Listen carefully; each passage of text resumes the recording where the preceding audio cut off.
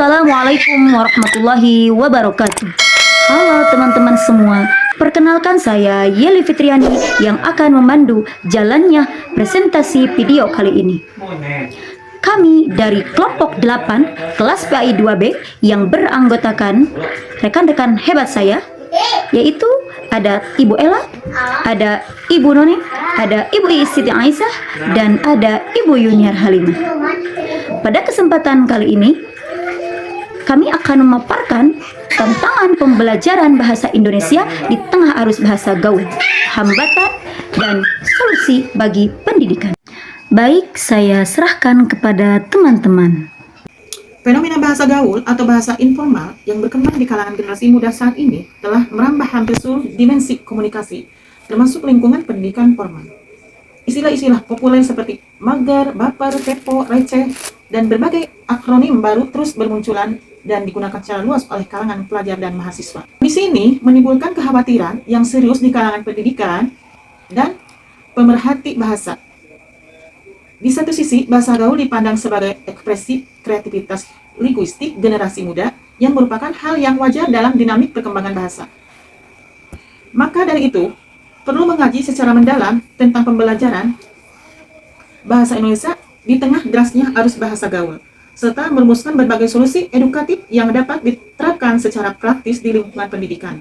Bahasa gaul merupakan variasi bahasa yang bersifat informal dan berkembang di kalangan kelompok sosial tertentu. Dicirikan oleh kosakata, ungkapan, serta struktur yang menyimpang dari kaidah bahasa baku. Mulyani 2019 mencatat bahwa generasi Z memiliki kecenderungan yang jauh lebih kuat untuk mengadopsi dan menciptakan bentuk-bentuk bahasa gaul baru dibandingkan generasi sebelumnya. Dalam trainingan 2015 menegaskan bahwa keterampilan berbahasa baku merupakan kompetensi esensial yang harus dikuasai oleh setiap warga negara Indonesia.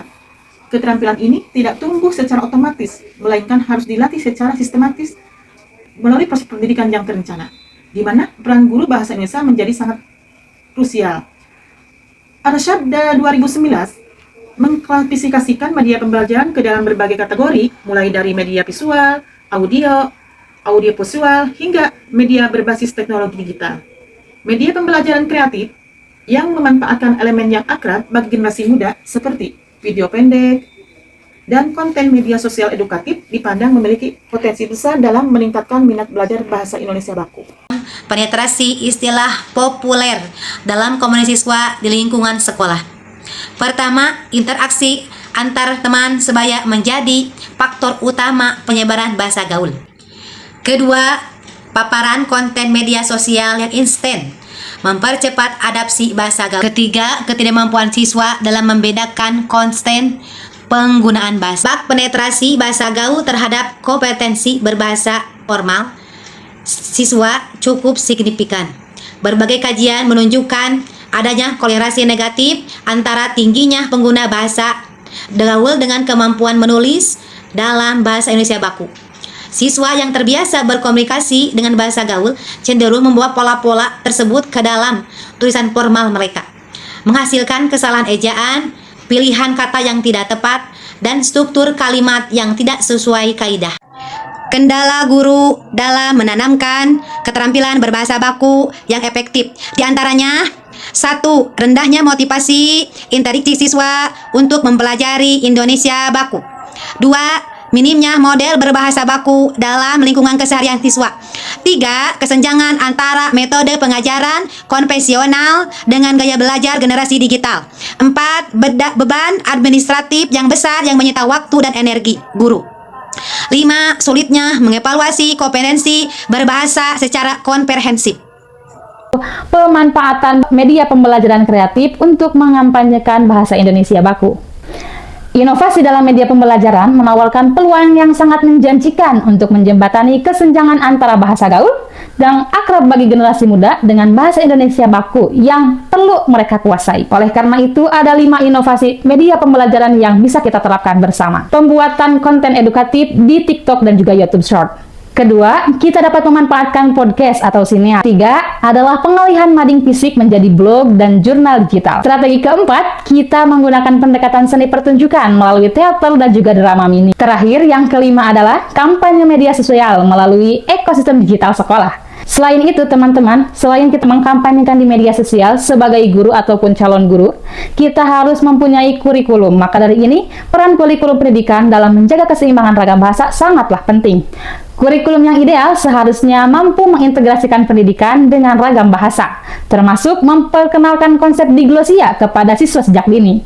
Integrasi teknologi dalam kurikulum bahasa Indonesia juga perlu mendapat perhatian yang lebih serius.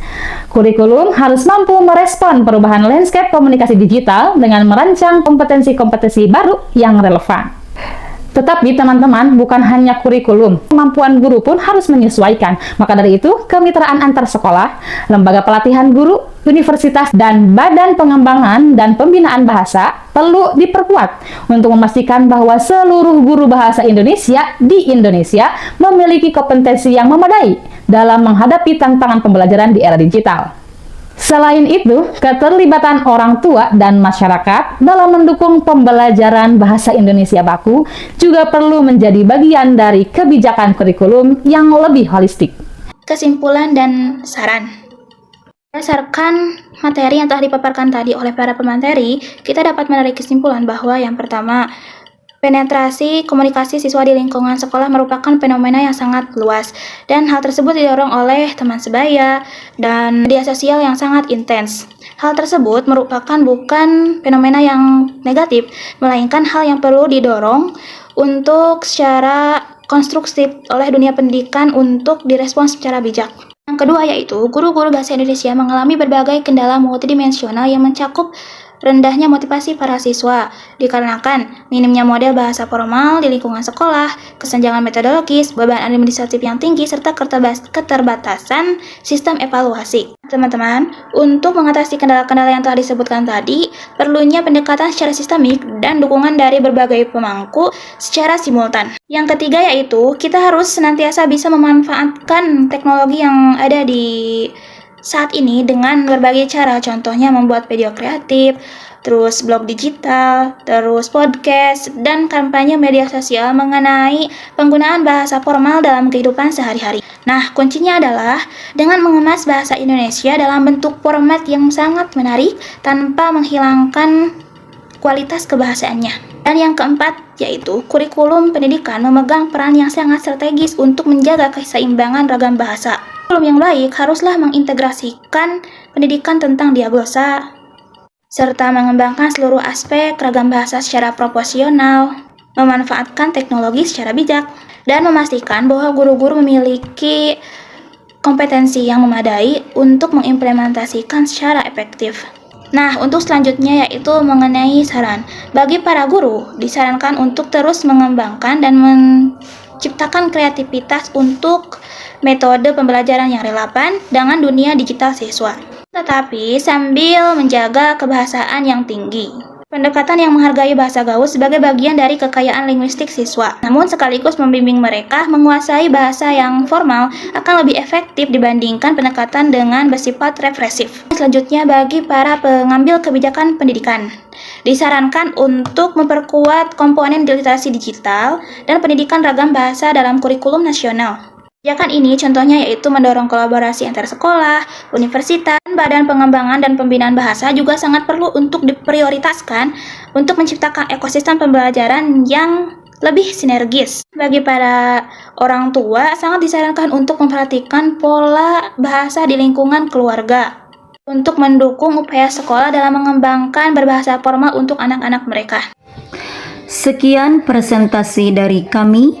Kami ucapkan terima kasih banyak kepada Ibu Lena Sayati sebagai dosen pengampu mata kuliah Bahasa Indonesia, dan mohon maaf kepada teman-teman semuanya apabila dalam presentasi kami banyak kekeliruan dan kesalahan.